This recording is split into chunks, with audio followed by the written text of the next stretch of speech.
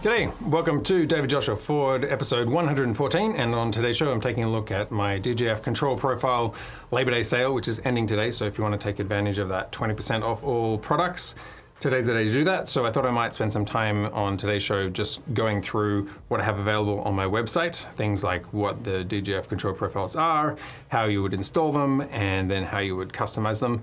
Most of what I talk about here on the channel is how to automate live streams and photography and video production as well. But with the automating live streams piece, most of it is sort of teaching you how to use programs like Companion or ATEMs or Canon PTZ cameras so that you can go build that for yourself. And then for people who are time poor or just want to hit the ground running with a great shot box in terms of something you can use with a Stream Deck to get things like start switching a show and controlling cameras, then I have profiles available on my website that we can take a look at. So I thought I might just spend some time explaining that. If you have any questions as we go along or afterwards in the comments, let me know. But just want to give you a heads up that today I'm going to talk more about like what's available on my website rather than just how to use Companion. All right, let's take a look at what are DJF Control Profiles. It's basically a way of controlling Canon PTZ cameras, ATEMs, Hyperdecks, VLC, and other software like Google Sheets, the YouTube plugin, all of those things over a network so that you can have something like a Stream Deck or something like an iPad, which I have over here, to switch a show, control cameras, and get up and running quickly on Companion. So the Companion itself is a free app and you can certainly spend the time building this, but if you want to get started, then I offer profiles available just out of the gate. All right, so let's take a look at my website and I'll just talk you through the products that I have available so that you can work out what is best for you.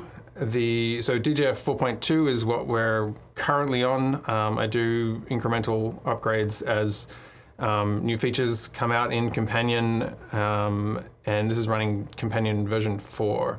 So to start with, there are 3 ATEM profiles to choose from. From the smallest one is the ATEM Mini Pro, which many people will be very familiar with. And this profile has like one module to connect to an ATEM Mini Pro, ISO, all those ATEM minis, these ones here. And you can control one of them. So if you've just got that and you want to get started with something simple, that's a great way to go. If you've got more ATEMs, then the ATEM Extreme profile, or it's also kind of like an ATEM 1ME profile, this will control up to 10 inputs.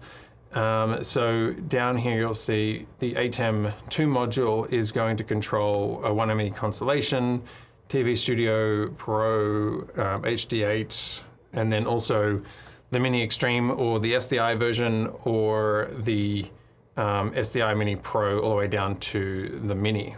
So there's this module here that can control up to 10 inputs, but there's also that secondary module so you can also at the same time control an ATEM Mini.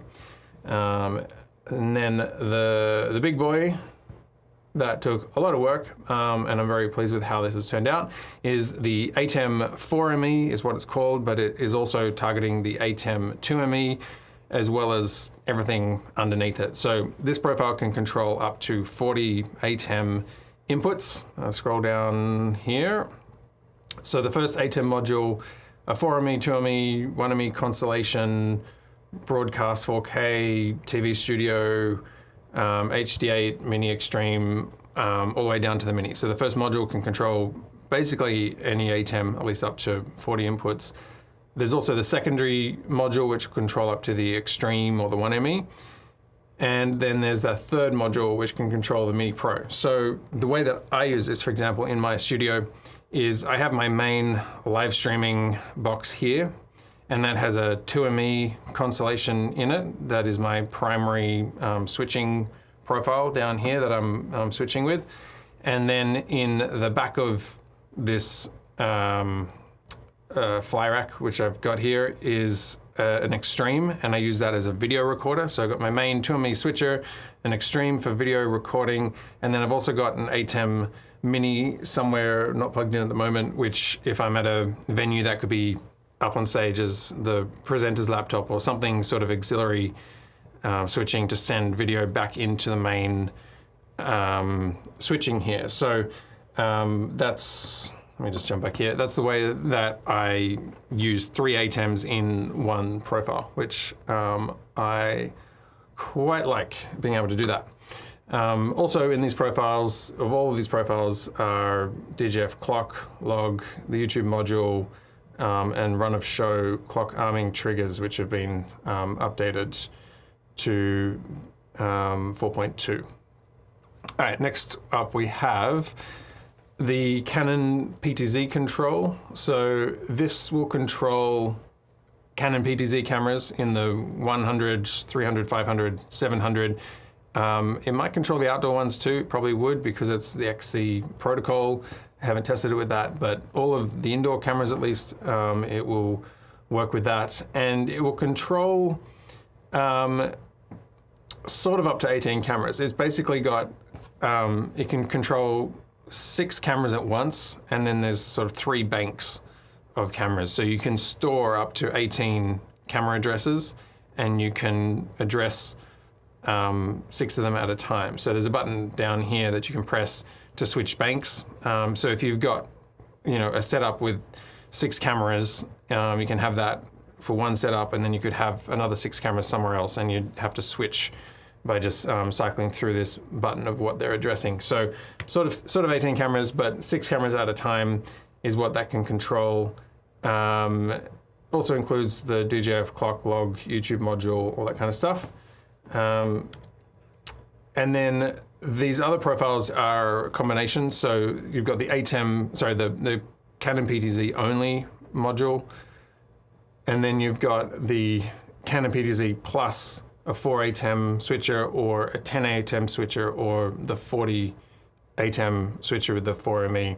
So that's for people who have Canon PTZ cameras as well as ATEM switches. So they're integrated there. The great thing about that is that built into all of these PTZ profiles is ATEM switching sort of tallies and feedback. So if I jump to my close-up here, you can see that as I select a camera, it's the tally lights here are changing in terms of what's on the ATEM, and also this green in the background here showing me that my camera 1 is in preview and camera 2 is on program, which is this shot.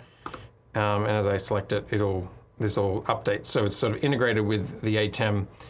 Not just that, but I've built in a few maneuvers here, so you can have a program mode, so that when you select a preset, it will cut to that angle, which I'm not sort of demonstrating here, but so there's ATEM delays that are built into this profile. Let's jump back over to my super source. All right. Also, we have a VLC control here. So this has got 10, like, what do you call it, playlist options here that are pre-built into it. You've got your countdown and count up time and your time code and play and stop. And you can also bring in an ATEM audio channel in there, and there's a cut button for the ATEM in there as well. So it's sort of integrated with an ATEM, this sort of standalone VLC playback console. So if you just want to experiment with VLC, you can grab this. Otherwise, this is actually included in the ATEM profiles, so you don't need to grab that separately. If you are just wanting to grab a free profile and get started, I do have this free ATEM switcher for Stream Deck and iPad, and so this is built more around like the ATEM Mini in terms of controlling for program inputs and for preview inputs. And there's also some macro buttons and downstream key, recording, live streaming, and the YouTube modules in here, so you can see how many people are watching you. You can take a screenshot on your ATEM, and also Notion tracking in here in terms of marking, like setting markers in Notion. What's this one? This is Google Slides here. So there's a Vicrio module in there as well, and there's a H2R button here to hide graphics. So a couple of other modules in there to get you started and help you start playing around with them. I've got the Hyperdeck here, and this will control like a single Hyperdeck. I'm going to go to close up here. So on the Hyperdeck, we've got up to 15 items that it will play back. We've got the countdown time. We've got the time code here to the frame. And then you can set the play format, record quality, audio channels, recording slot. You can navigate forwards and backwards through clips. You can play, stop, and record. There's also a couple of buttons here for choosing your source and refreshing and turning on or off remote control here, and also scrubbing here 10 or 1 frames through a video. So that's a neat way to get Hyperdeck control in a remote control panel like the Stream Deck, or this could also be an iPad. All right, let me jump back over to here. So I've also got, if you do have an OBSBot, because they've sent me those cameras, that rear shot that I showed you before was the OBSBot. This one is this, and there's also got another OBSBot up here for different angle that we have starting the show. And this is being controlled over Visca, which probably, there's some other PTZ cameras that would control over Visca. And so it might work with those, but this is really built for the OBSBot, which is got the same sort of control of up to 8 presets, you know, left, right, up and down, zooming in and out. It's got some auto tracking buttons that you can turn on here, setting the gain, shutter brightness on manual or auto. And then again, it's got a program preview button here, which means that you can, if you turn on preview, then when you select the camera, it's going to put that camera into the ATEM preview so that it's ready to be cut to screen. Or if you put it on program, then anytime you hit a preset, it's just going to put that camera to air. So it's great for really fast switching on the fly if you want to have sort of program cutting, or if you're more like directing a show for someone, then the preview mode is good because you can have it go into a preview first and then decide when you want to take the cut. That's that one. There's some sort of explainer videos here, and that's kind of, this is the bulk of what I've got available there. But if you go to store, ATEM control, you see the ATEMs here, the Canon presets there. What else have I got? DJF log. It's kind of a way of logging to Google Sheets within Companion, which is really neat. That's also built into the ATEM and the PTZ sort of full versions there. So take a look through at those. Okay, let's jump on to part 2, and we're going to talk about installing DJF Control Profiles. So this is how to get up and running. If you do purchase them through the website, then let me just find the page here. We will go to, here we go. So it'll send you an email, which you can download from, but if you ever lose that email, you can log back in using the email address that you purchased from, and under account, you can go to my account, or you can go to downloads, and that's where, I've got some random products in here, but you will have your products here, and you can hit download. You're also going to want to go to Bitfocus Companion, so bitfocus.io/download, the address here, and then this is a free application. Companion 403 is what we are at the time of using this. I'm running a M4 for this one, so Apple Mac Silicon. I'm actually running a beta for this show because I'm developing new things, but I would grab the 403 stable version. So download that, install it. It'll be this little, where did it go? Oh, it's not up here. I've got Companion Satellite here. It will be up here and you can set the address. Let me just grab it over here. I've got it on a different computer. So it'll be up here and you can go show hide window and then you can choose the interface. At the moment I'm working on the Ethernet one, which is .11, and I also have a wireless Wi-Fi address that I could connect to. And then you go launch GUI. It's going to move this one out of the way. And you will come into this, which will actually look empty, so it won't quite look like this. But you're going to come down to import configuration over here, and then we're going to grab from the file, which is going to be under Dropbox. I've got this just for my own purposes here. You'll get a package companion like this, and select the .companion config file. You open that, and you can choose at this stage how you want to import it. So you can export your previous profile if you've been working on something. If you have started using Companion, I would recommend backing it up. If you're starting fresh, obviously don't worry about it. So you can either do, what's best to do is the reset and import, this button. Or if you want to, you can just sort of bring in page by page, which you might want to do for something like the Hyperdeck, put on a particular page, or the VLC one. But for the ATEM and the P2Z profiles, just bring in the whole thing, reset and import. It'll sort of refresh, and then you'll have this kind of thing. So now we've got connections. So you can see here I've got ATEMs 1, 2, and 3. So I need to go to ATEM, and you'll probably have my IP address here.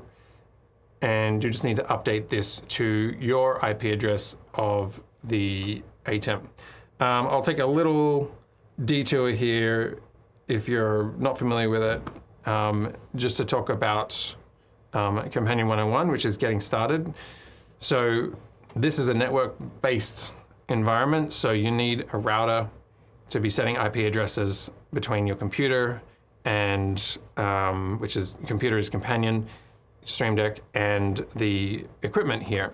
So previously you might have used a Stream Deck with Elgato software, which was a USB connection. It was kind of directly to the computer.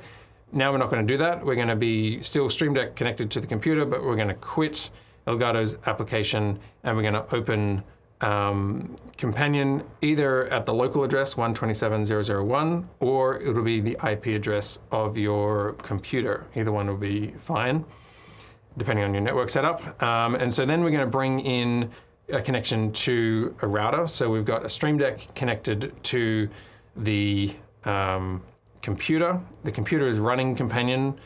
The Companion's application IP address is set to the computer's IP address. So mine was .11.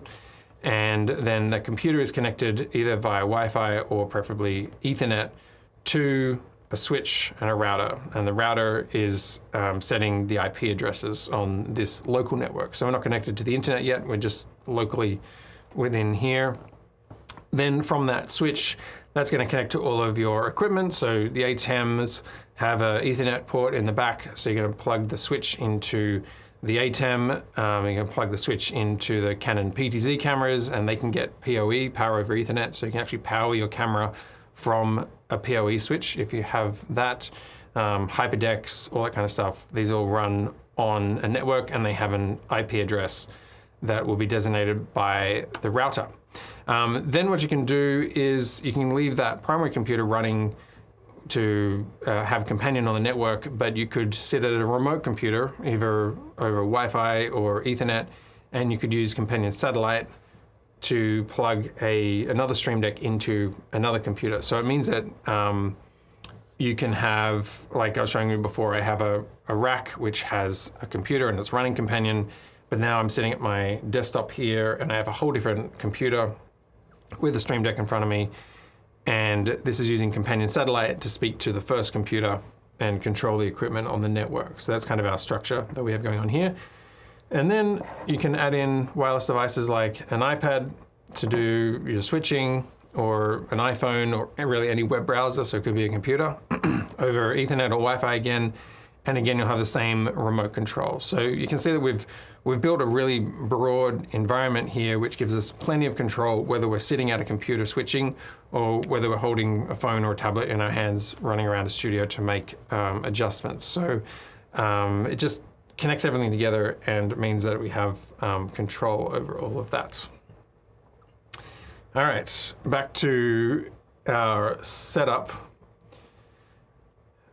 So you need to set up your IP addresses, same with the cameras. You know, 7.61 is what I've got here, but you'll need to connect it to your camera's address.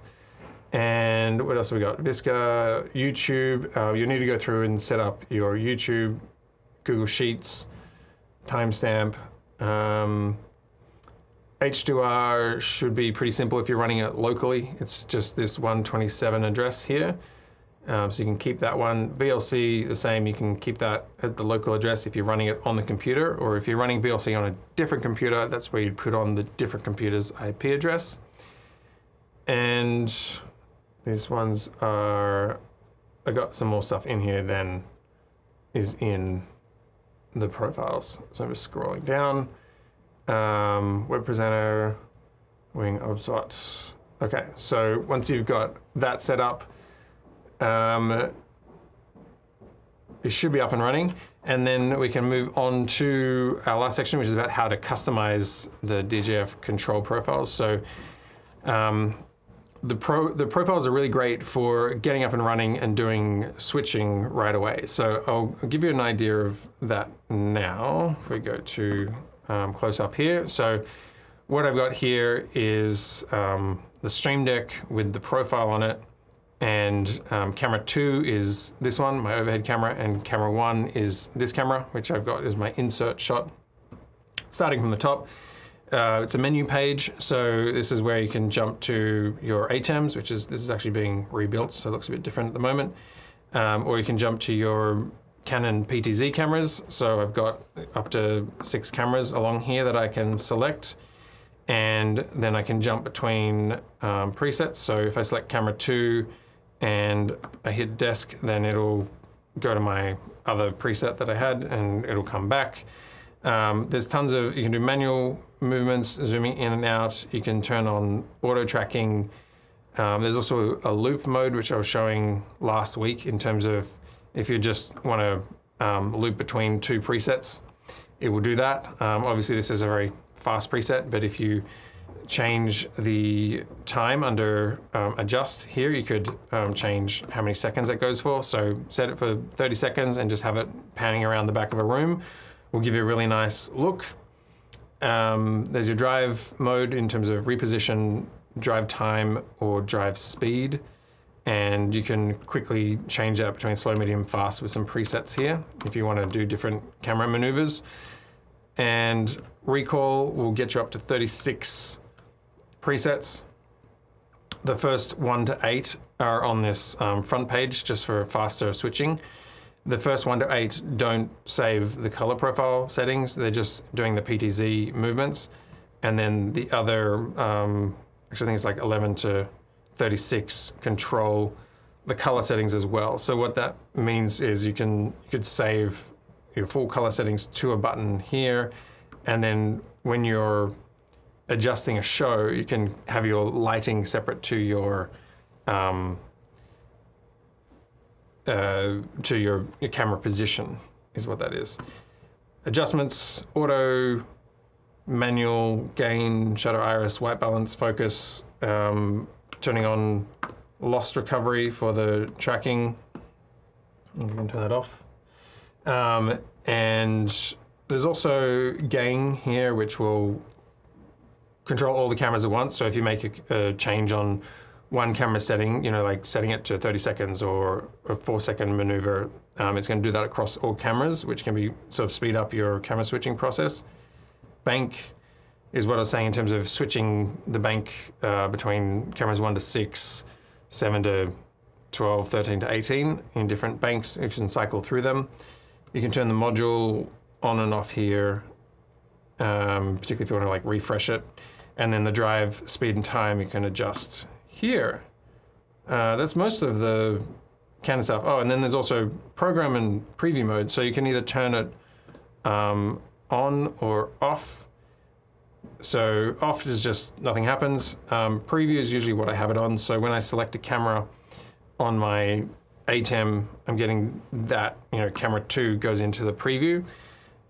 Or program is going to put the preset straight into program. So let me test this out. So I'm on camera 2 at the moment. So if I selected camera 1 and I said I want to do a mid shot, then it's going to cut to that and do the maneuver.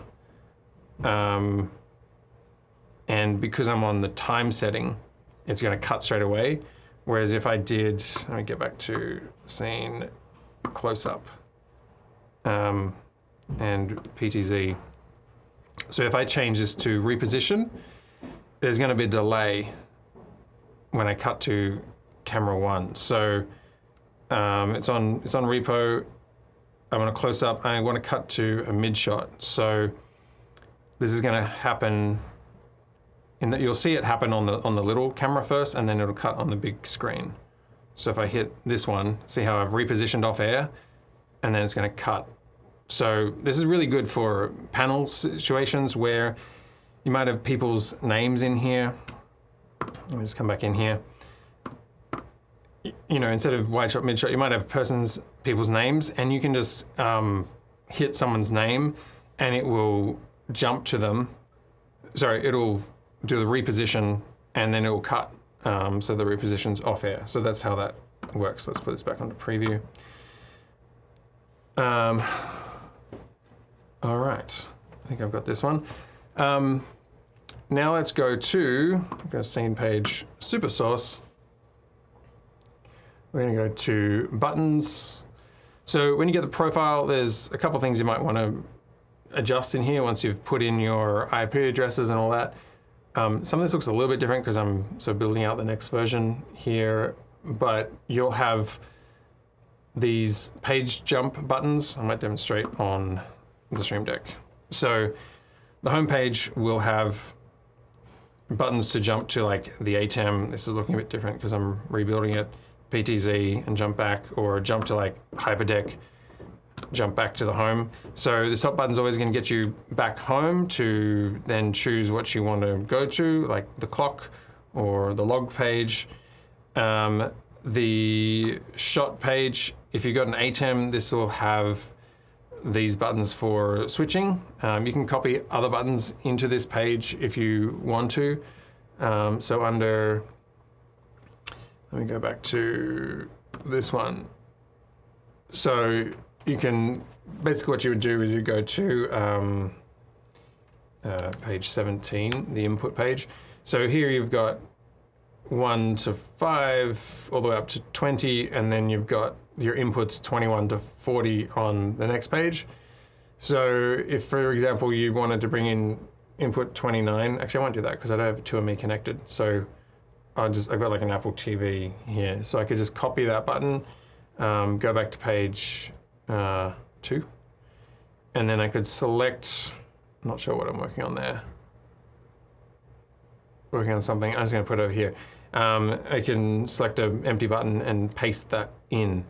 Same thing with, you know, if you can then cut a button, move it out, cut your button and move it in.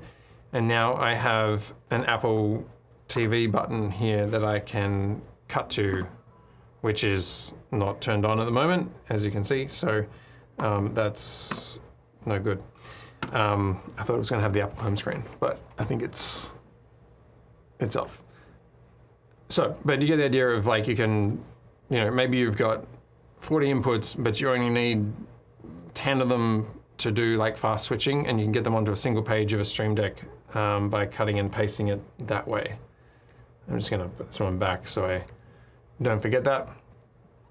Okay, and then the next page is this scene page, and I can talk you through this. You can see there's a bunch of stuff just hanging off the bottom here. Different shows, I move different buttons up or down depending on what I'm shooting.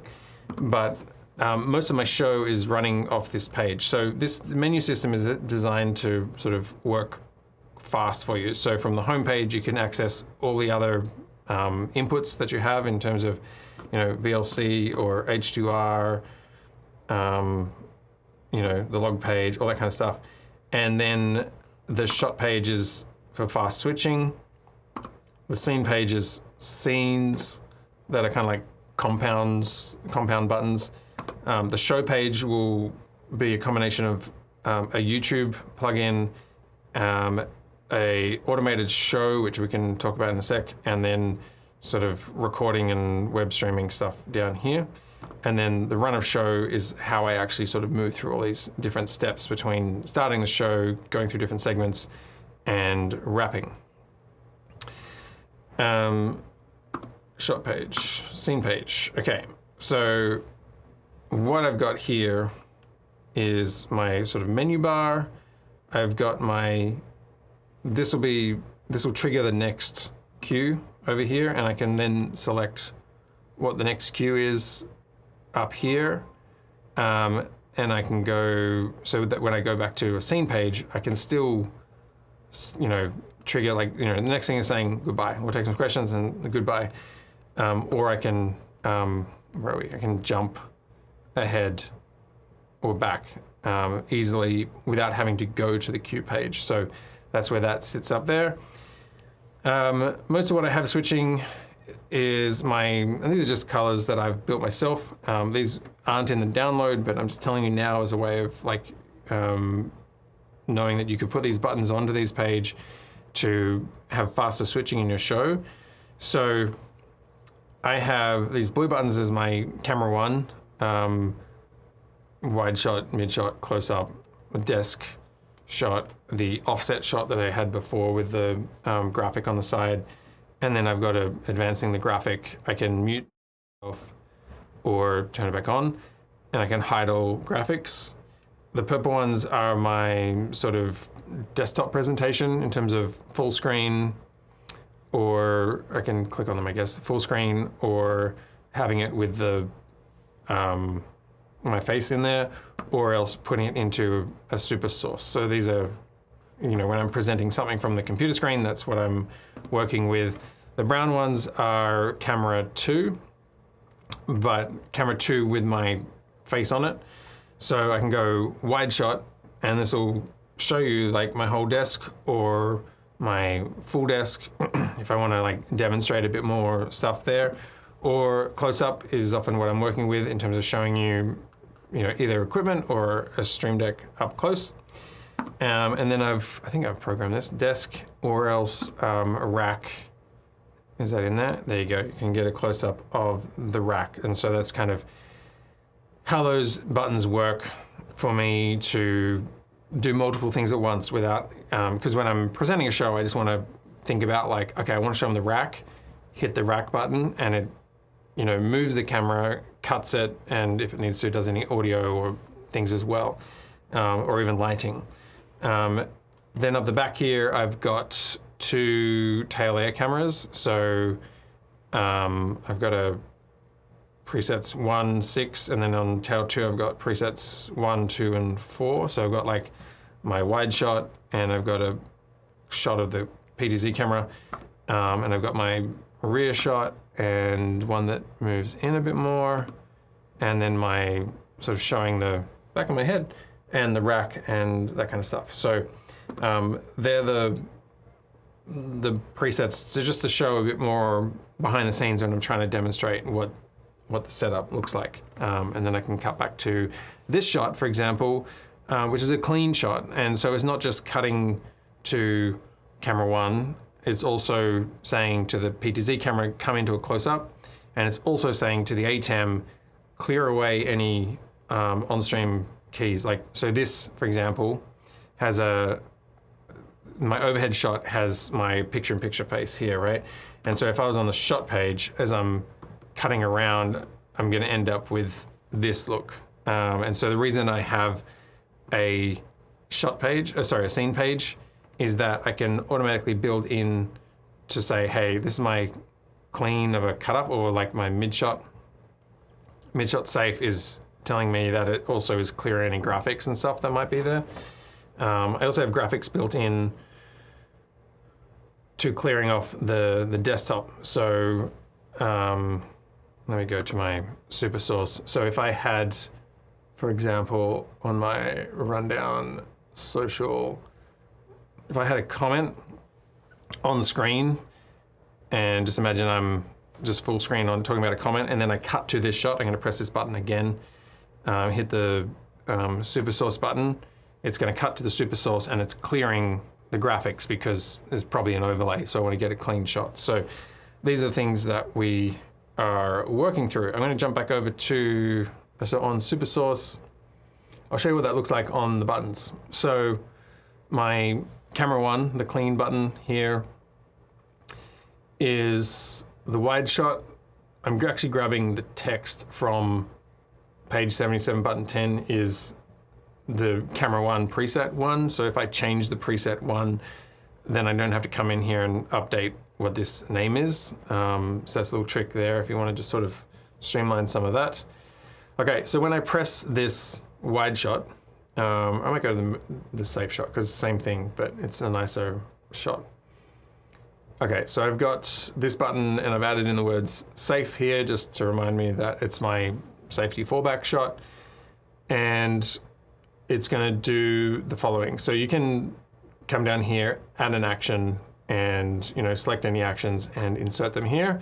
I'll just quickly run through this and you can try and sort of work back of what I'm doing. So I've got an ATEM action saying put ATEM 1's mix effect layer into camera 1. So this is the Canon PTZ camera, saying put camera 1 to air. I'm telling the camera move into, what's that, drive time? Drive time mode. So when you recall the preset, I want you to do that using a set number of time rather than a set speed. So then the next command I put in is set drive time. So I've said to my camera 1, I want that whenever I hit the next preset, achieve that in 3 seconds, because I don't want it like super zoomy, but I want it to happen quickly. I want to know that it's just going to be like quickly get back to a safety rather than something that just takes a long time and then I've kind of lost it. So I can press this just so you get an idea of what that is. So I've hit that button, 3 seconds. It just, is not too aggressive in terms of a pull out, but it pulls back to a safety shot, and I can just be on camera talking and not worrying about graphics that are on screen somewhere. So now I can hit my super source button to get back to that, and it's zoomed me back into my close-up. So let's go back to my mid shot. So the next thing I've got is recall preset by number, preset number 2. So I'm saying go to preset 2, which I have pre-saved it as a mid shot. Then I'm also saying to my ATEM, set my key 1, mix effect 1 off. So that is the this little guy. I should probably zoom in here. This is my upstream key 1. This is what I'm talking about. Come back over here. So my upstream key is going to be turned off so that I make sure that when I hit my safety button down here, if there is my face in a picture-in-picture, that it's being turned off. I've also got this for key 2. Occasionally there's times where I'm using a different key on key 2, and so that's just turning that off just to be safe. This one's actually disabled, so I'm not using this at the moment. So you can actually have a bunch of things in a button, and if you change them a bit, just turn them, like disable things rather than turning them on, like rather than deleting them, so that they're there if you need them. And then I've got, what have I got? Visca, recall preset 2. So I'm saying in the background, I'm saying get my side camera ready into preset 2. So it just means that if I, from this shot, want to cut to the behind the scenes shot, that it's ready to go there already on that angle. And then I've got a H2R graphics command to hide. And you could do, I think it's at the top here, where is it? There's like a hide all somewhere in here. Can't see it. Actually, there's a different command. You could do like a hide all graphics, but if I have like a countdown or something specific, it's usually just a comment that I'm wanting to hide. So That's where I've got a H2R command in here to clear the graphics that might be on the bottom. So that's my safe shot. When I click on that, it will take me back to preset 2, which is a mid shot that I've previously saved into the camera. So it's just recalling that, and it's removed the key picture in picture, which was down here. All right. Let's go back to some of the other ones. So working in the other direction, for example, the one I use a lot is this close-up button, which I know brown close-up is like, brown is like my desk. I think that's probably why I made it brown.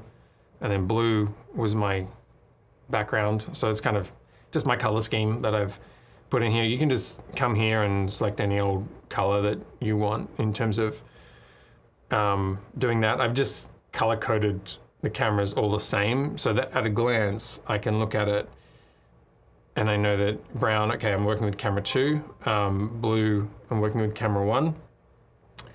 And I've also sort of stacked it so the presets 1, 2, 3, and then these are a bit different, are wide, mid, close is usually how I sort of work in terms of the camera setup. All right, so now we're building this shot, and you can, what I've jumped between here is turning on this upstream key, and I've jumped between the close-up here. So this is close-up and a demo shot of a product, but keeping me on screen. Let's go back to my super source, and we will see that I have, so I'm telling, what am I saying? I'm saying to my ATEM, put input 2, which is Canon number 2 into program. I'm saying put the camera 2 into the recall mode again. I want it to be a 2-second drive to get to that position. The position I want to go to is position 3, which I know is a close-up. I've also said upstream key set on air, and I'm turning this on. I should say at this point, I don't really, I just kind of assign the upstream key to a certain look, and then I'm not changing it. You can do that in Companion, and you can certainly build this out. It just, you know, it just gets a lot more complex, and so I prefer to use like a different key, and then keep my key 1 is always like getting my face on the screen somewhere. But if we go over to Switcher, this might be familiar with you. I go big screen. So upstream key is on pattern, and it's just turning, where are we, next transition? Sorry, I'm on the wrong one here. Is that right? Here we go, on and off. So that's what that is doing in Companion, which is upstream key, ME1, selecting the pattern, selecting the circle, and then I've got my size at 48, symmetry 81, softness 0. So that's kind of how that's set up. And I guess flying key too, I've sort of offset it by this much to get it down here. But if I did, let's mess around with this a bit. What am I, negative 1230? If I moved it, you know, here, then when I turn it off and on, it's just coming onto the same spot.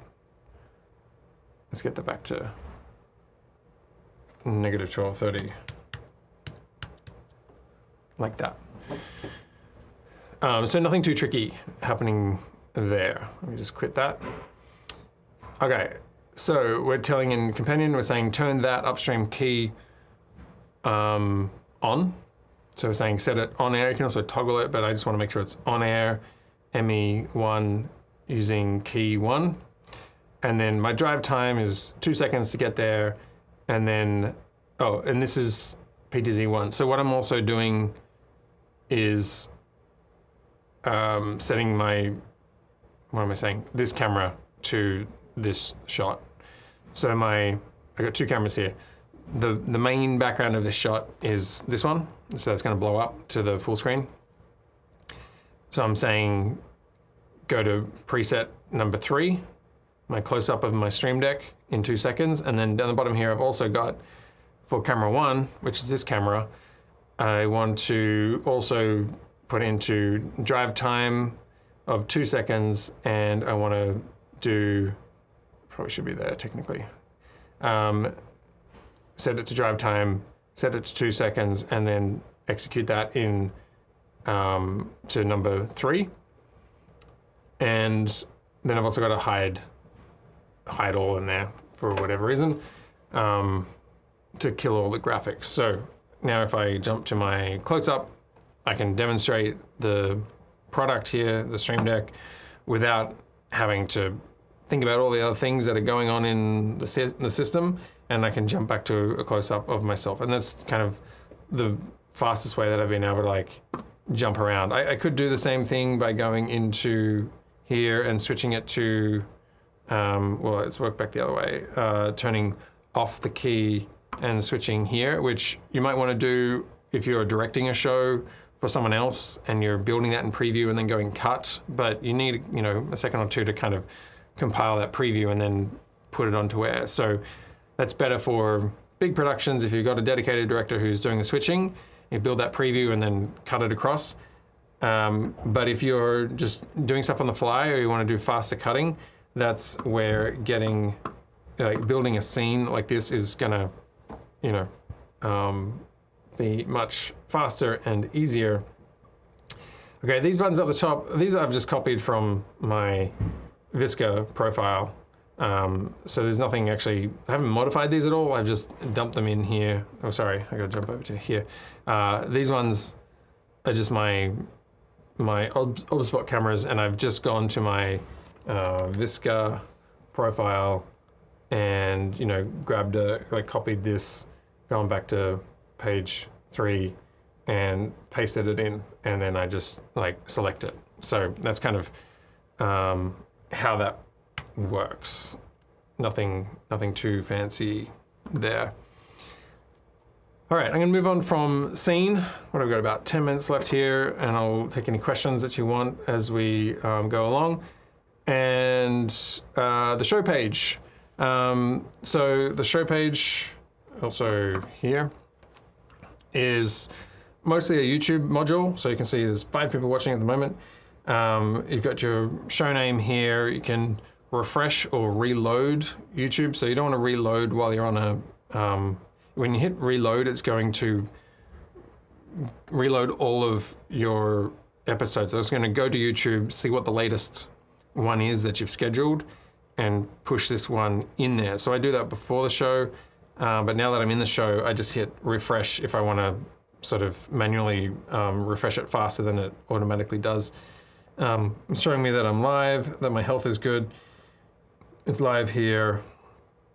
And then these buttons are all showing me that I'm active here. I'll go into that in a bit.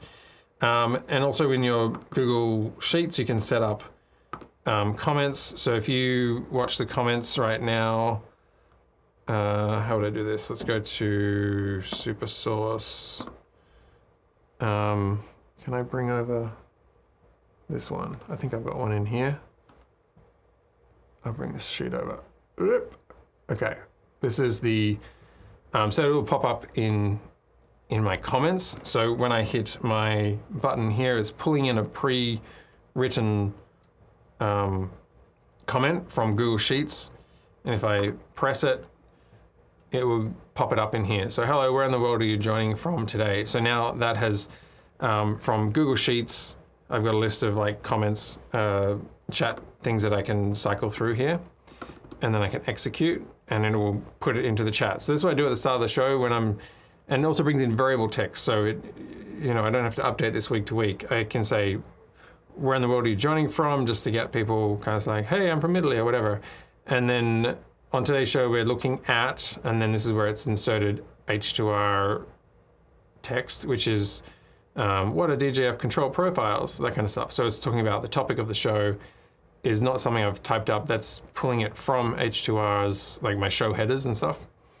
Get started at this address, drop your comments in the chat starting with a Q. So these are all things that I have written into Sheets. Let me see if I can find it. I've demoed this before. So there is back on my chat. Here we go. So I'll pull this over. So in the connections under, I'm not going to click on it, you're going to have to set up when you get started. Where are we? Under sheet here is included in the ATEM and the PTZ modules, packages is this YouTube and this sheet module. So Google Sheets, you can connect to the API. Once that's set up, then you can have a sheet which will pull in a whole lot of data. And what's great about this is it's very easy to edit. So, you know, here, you know, hello, where in the world are you drawing from today? That's just, you know, pulling in row 1 into my Stream Deck. I don't know if you can see down here, but it actually says in small text, hello, where in the world are you joining from today? That is coming from this spreadsheet.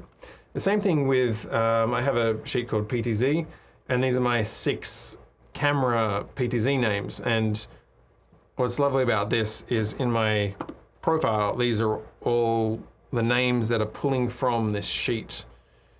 So when I get to a venue and I want to set up a new show, you can actually just like sit down with the spreadsheet and map it out. So you might be looking at a stage and go, okay, I want a wide shot, mid shot, close up, and then I'm going to have a band and a drummer, and I'm going to have, you know, rear view of the audience or whatever. And you can just type these names into a spreadsheet, do it for each camera, and then over on your Stream Deck, the names will be there already in the Stream Deck, and then you can just, you know, find the position, the wide shot of the stage, save it, you know, then find the mid shot, close up, save it. So it's just like a faster way of working rather than having to go into the Canon software and typing it into each field as you go. So that's saved me a ton of time, which I love that feature, and took me a while to get that in, but it's in there now, so that's good.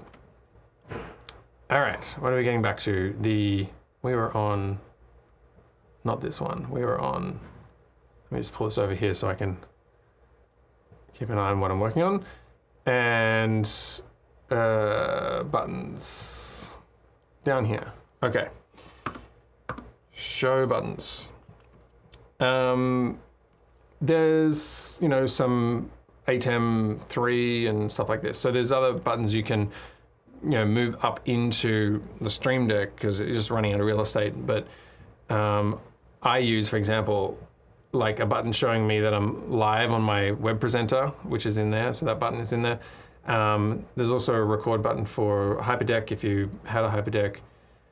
And then I've also got ATEM 2 is what I'm recording to. So these are just the buttons that I've moved in there for my profile. And okay, let's talk about the clock and the automated part of this, because this is really neat. So under clock here, this is the clock. And I also have, let me see, so on my, let me go back to here, to my mid shot here. I don't know if you can see up here, but so this is my confidence monitor, and one quadrant of my multi-viewer is my Mac Mini's output, which has a web page in it, and it's my clocks. And so that just gives me an idea of how long is left on the show, so I can glance at it and go, okay, I got 6 minutes, I've got to wrap up. Let me see if I can zoom in a little bit tighter. I know this hit the back of my head like this. So this is my rack, and this is my confidence monitor. And you'll see I'm using a multi-view for program and showing me different cameras and stuff that I can choose along the bottom here. And this top right quadrant is just a Mac Mini output, HDMI converted into SDI in the switcher. And this is a web page output from Companion showing me the time of day, and then these clock buttons here, which is, I think this one. So this is what I'm outputting. And I've got 5 clocks, I guess, which is pre-roll, show start, show end, and wrap. And then there's also a segment clock if you want to do, you know, shorter segments. You know, I've got it there for 30 seconds. And the highlighted part shows you that the pre-roll has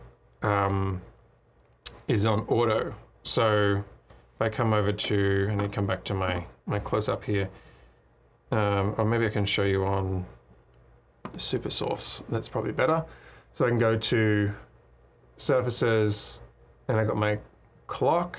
I think that's it, and I can open it. Okay, so I can show you my clock. This is what I'm looking at on my screen, and I can see that my pre-roll is highlighted, and this is actually how I start the show. So I will come into, I need another view here.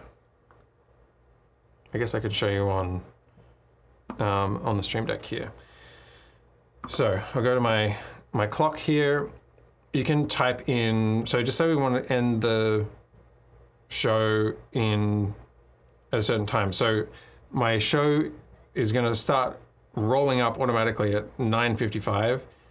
I'm going to go live at 10 in terms of opening mics and stuff. I'm going to end my show at 11, and 11:02 is when I will kind of cut the stream. So that's kind of what I've set there. Just say I want to say 11:03. So I would type in 11:03.00 in here, and that is a temporary hold. And then I would hit wrap, and now my clock is updated to 11:03, and this countdown to the wrap time is reflecting that. So you can see the pre-roll, I'm already an hour past that, 56 minutes past the start of the show. So that gives me an idea of how long I've been live for. And then end show is now what I'm watching here to show me I've got 3 minutes to wrap this up before the top of the hour if I'm trying to do a tight professional show and not just like run over forever. And then wrap is this button. And on my clock page, I can select these buttons or unselect as much as I want. When I've highlighted it, what it's saying is when this hits 0, it's going to trigger that sequence, depending on what sequence I put in. So I mostly use it for pre-roll, and I quite like that for, I'll come in an hour before, I'm prepping, I'm rehearsing, I'm running through my run of show, and I have my auto pre-roll on, and what that means is I kind of have a producer there, automatic producer who's just keeping track of time, and when it hits 5 showtime, 5 minutes before showtime, like 9:55, my whole studio just changes. Like cameras change, audio cuts, lights drop, and it goes to my first position,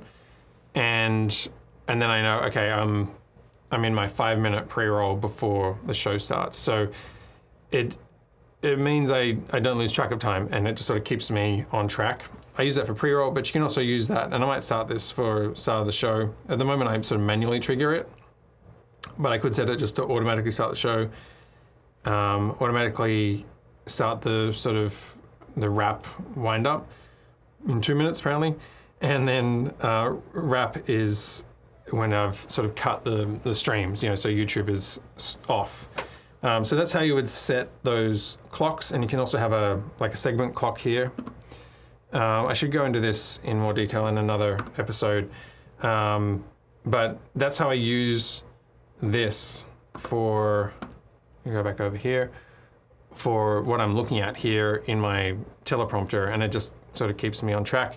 Let's go back to my, where are we, show, and I want to go, I know I'm running out, now I'm like running out of time because I'm like talking about the clock, and I'm like, I need to keep this on track. So pre-roll, show start, end show, and wrap. These are buttons, so I've built these out. Some of these functions will be in here, so just leave them. There's a press action. You have to hold this down for half a second to trigger it, because I don't want to accidentally trigger the start of a show. So these are buttons that you hold for half a second, and then it will trigger start of the show, just so you don't accidentally do it. These actions will be in here in terms of setting some custom values. It just gives feedback to these buttons. And also I've got this trigger, press, and release for a button, which is targeting my run of show. So what happens is when I hit 5 minutes before a show, it's gonna trigger my pre-show button and change all the cameras. Prior to that, I'm hitting this button all the time just to try and like rehearse a smooth introduction. So this is where this run of show can just give you like smoothly moving through the show in a more sequential mode rather than like this scene page is jumping around to different things depending on what I'm talking about, whereas the run of show is moving through a beginning, middle, end. And I've got 1 second. I should be finishing now, but I would take the liberty of talking a bit longer because it's the internet. But I'm aware that I'm running over now. So in my clocks, you can see here end show is 18 seconds. And if I had this one selected when it hit 0, then it would have triggered the end of the show. So I've unselected that. So what does that look like? So and I should probably do a whole nother episode on this because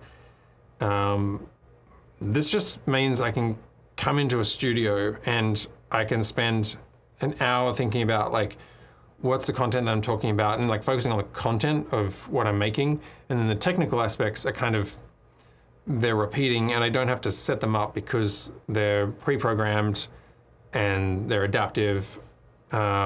And they're easy to change if I need to. For example, if I'm changing the time of day that I'm running the show, I can just change that clock time to be like, all right, I want to run at 2 o'clock instead of 10, and I don't have to pre-program any other changes. So then in here, I've just got a bunch of stuff that I've got some custom variables to turn on companion buddies, some values to change Google YouTube chat. So I'm sort of triggering some YouTube chat stuff. I'm setting my log sheet back to row 1. So I want to, in my Google Sheets, I'm going back to row 1. I'm changing the, don't worry about that one. That's, where are we? Internal custom raw. There's not a big deal. ATEM2. So ATEM2, I'm saying set my file name to this variable, the internal date of year, month, day, and then the time, but then I'm also pulling this YouTube unfinished status, which is this one down here. See, E114 Canon PTZ smooth moves, or something like that.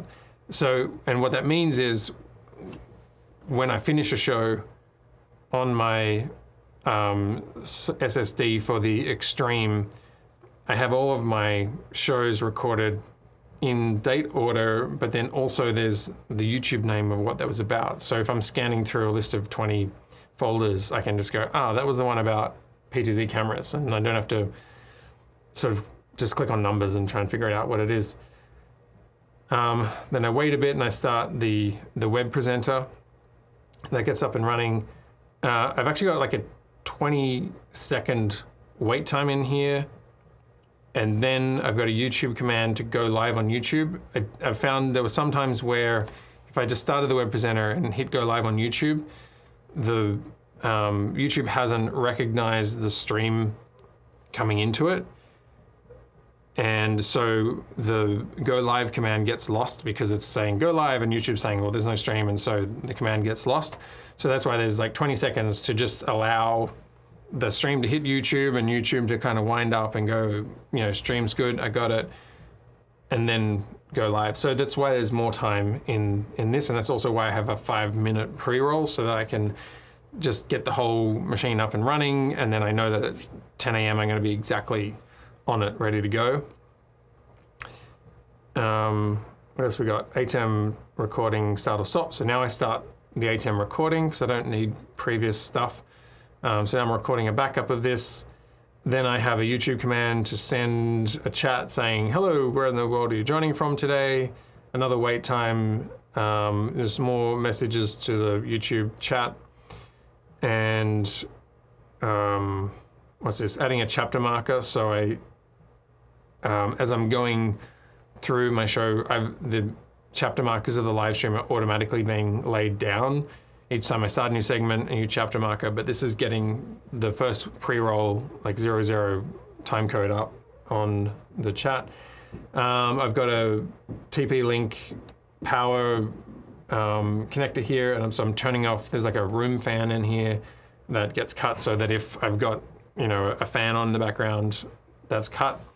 So these are turning off fans to just sort of drop the noise down in the room for better audio, just so I don't have to worry about there being fan noise in the background. I'm not using this command because that's off, but then I've got this internal run shell path. I'm telling my Mac Mini to tell application shortcuts to run the shortcut named turn live streaming focus on. Basically, this is going to my settings here and turning on the focus mode live streaming. And it just means for all of my devices like iPhone and iPad and Macs and whatever, that I'm not getting any phone calls through, not getting any app notifications. That's just all shut down. And then I've got this internal custom value for show, and I'm saying on, and that's what's making these ones red, telling me that my show is on and I'm running. And so that's the pre-roll. So I could manually press that and I would start the show, or I can hit this auto button and it will tell me the time until the pre-roll is on there. So I can sort of go through and, you know, turn on an auto end so I could make sure that the show automatically runs. Because you could do the same thing with this if you want to like run a videotape play out. So maybe you want to go live at a certain time and just sort of play out a Hyperdeck. So you could set this up to automatically play that out. This uses triggers in the background. So the auto show here, so auto pre-roll is using these things. You don't actually have to play with this, but know that that's what's happening in the background. It's using a trigger on and off to run the show. But the main thing is you just, if you, in terms of customizing, you just want to add in any show startups that you want. So I've separated this out where you've got your high level stuff in terms of pre-roll, show start and end and wrap, which is doing things like starting recording, starting a live streaming encoder. Like they're the kind of going live type things that you don't want in your run of show here. So kind of out of time to talk about this, but the other thing that you might want to customize is the run of show here, which I was talking about before, is more of a sequential moving through beginning, middle, and end of your show. And it's the same sort of thing, but I use this to rehearse and also to execute the show. So in the pre-roll, I don't, in the sort of pre-show button here, I don't want to have things like go live on YouTube and start recording and start my web presenter, because that would be a mess. I just want to practice the show. So this pre-show button is that first shot that you see when it comes in. So I've muted the mic, music's playing, I've got a behind the scenes shot, I've got graphics on. So all of that happens in this pre-show shot here. So you can see here, I've got like a camera trace that's happening between 2 points to sort of give it some movement. I've set my ATEM input to the NDI input, which is the Osbot behind the scenes camera. I've also set my preview shot on the ATEM. So I'm putting camera 1 into the preview on the ATEM because the next shot is going to do a crossfade, and so I need it in preview.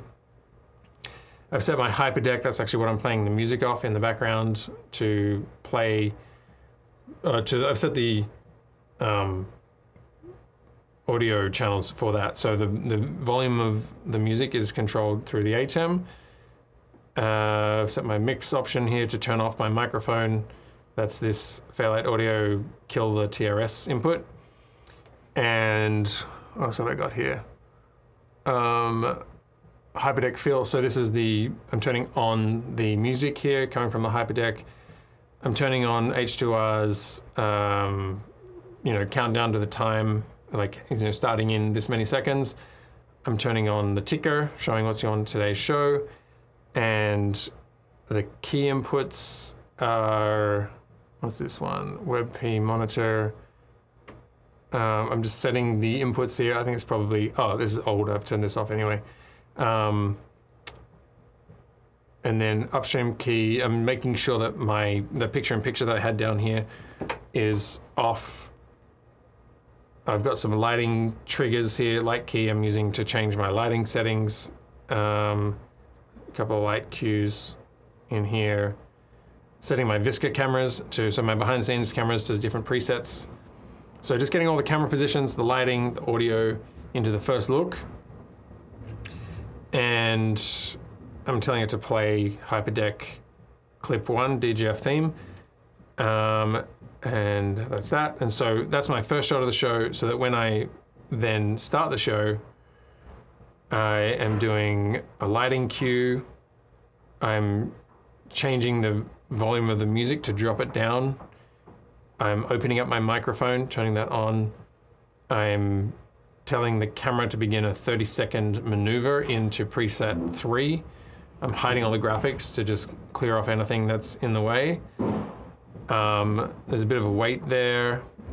I've got an auto transition to crossfade to bring my camera on. Remember, this camera was in preview before, so now it's on air. And then 2 seconds later, that's where I'm bringing on today's show graphics. That waits for a bit. H2R is automatically taking that off after some seconds, so that's dealt with separately. And then on today, sorry, this one, where is it? This one here is the show, DJF Live, that kind of stuff. And then further down is on today's show is the graphics. So these are the graphics that are running, and this is a intro sequence that I've practiced the timing of it. So I just have a sense of saying, hi, what the episode number is, what we're talking about, just very clearly giving you like what to expect on the show. And then from there, I can kind of elaborate on whatever I need to before then triggering part 1. Which is getting me back to this shot here, and then the graphic will come on that way. So hopefully that'll give you an idea of how to customize things. I'm gonna have to wrap up because I've now gone way over the time, and I was trying to be good about that. But I will take a couple of things here. Let Your Nerd Be Heard is from, this is, I think, in response to my, where are you joining from? Phoenix, Arizona. Great to have Ville from Finland. And we've got Lewis from Ecuador. Thanks for joining, guys. Excuse me. And Let Your Nerd Be Heard says, I love your ATEM profile. Has been such a great time saver and has all of the features that I need built in for the Extreme ISO. Well worth the investment. Thank you for the endorsement and showing that there are people out there who enjoy the profiles. And it says, thanks, Dave, for sharing this information with us. Hopefully that was helpful. Like I said, I do try and, in my live streams, I try to focus more on the teaching aspect of like how to use things. So I was a little hesitant to sort of do a sort of product demo directly. But that is how I support the channel. I was trying to show where the things are. Where are the things? In here. Yes, so if you're joining late, these are the profiles that I have for sale today, 20% off, Labor Day sale. They're on 4.2, which is the most recent update. There's nothing imminent, like I'm not gonna just like suddenly update as far as I'm aware. I do incremental updates to them as needed and as new features come available. But that's controlling ATEMs, Canon PTZs, the Hyperdeck, OBSBot cameras, VLC, some of those profiles. And then there's some more edited videos to get you through that quickly. Oh, there's one other thing I want to show you, which was just randomly, I was meant to do this earlier. When you download the profiles, you'll get a PDF map. If I can zoom in a bit. Which is just showing you what's on what page. So the first 15 pages are these sort of DJF home pages. particularly the first 5. The 6 to 15 is if you've got additional stream decks, that'll be blank space that you can put buttons onto that will be correlated to shot, scene, show, that kind of stuff. 16 through to 42 is ATEM 1, so it's quite a big profile with upstream keys and audio and super source and all that kind of stuff. 43 to 53 pages are the ATEM Extreme or 1ME, so it's up to 10 inputs. And the ATEM 3 here is the ATEM Mini, which is much sort of smaller profile. And then each of these profiles has VLC, H2R, Vicrio to control slides and over Mac or Windows, YouTube and log, which is like a Google Sheets logging. There's a couple of blank pages in there.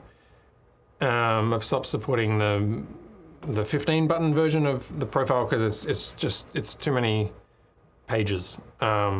It's too complex to kind of continue to update and support. So I'm just focusing on the 32 button outline. And then there's the PTZs from 76 to 94, the clock that I was showing you before, the Q overlay, you don't have to worry about this page, it just shows, it's a display page for the run of show and differentiates it from the back end that you edit. And then menus on page 88 and, sorry, 99 and 98. I've taken off the access button on this home button because I feel like you need a hard stop. So if you're in VLC, you want to hit this button and just come back to the menu. But on other buttons like shot, scene, shot, scene, show, cue, if you press that button again, so I've selected shot and then I highlight it again, now I'm in the menu and I've got more buttons that I can adjust in there. So just bear that in mind. And down here we'll give you an idea of what ATEMs we're controlling and PTZ and stuff like that. So just wanted to let you know that because it'll give you an idea of, like, if you've got a profile just with the ATEM, what you'll find is like the ATEM Mini will be on this page 54 to 58.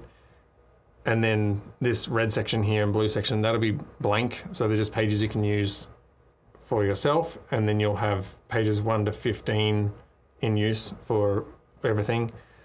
So it just depends on the profile that you've got and what pages are occupied. So if you don't have a PTZ profile, then these pages will be blank in there, but this is just showing everything in there.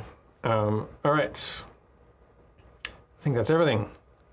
Hopefully that was helpful. A bit of a longer episode than I was imagining, but davidjoshuaford.com is where you can go to download these profiles. Grab that free one if you just want to get connected and play with it first, and then there's paid profiles which are more extensive to control all the features of your Canon PTZ and the ATEMs and Hyperdeck and all that kind of stuff. Until next week, take care, and I will see you then.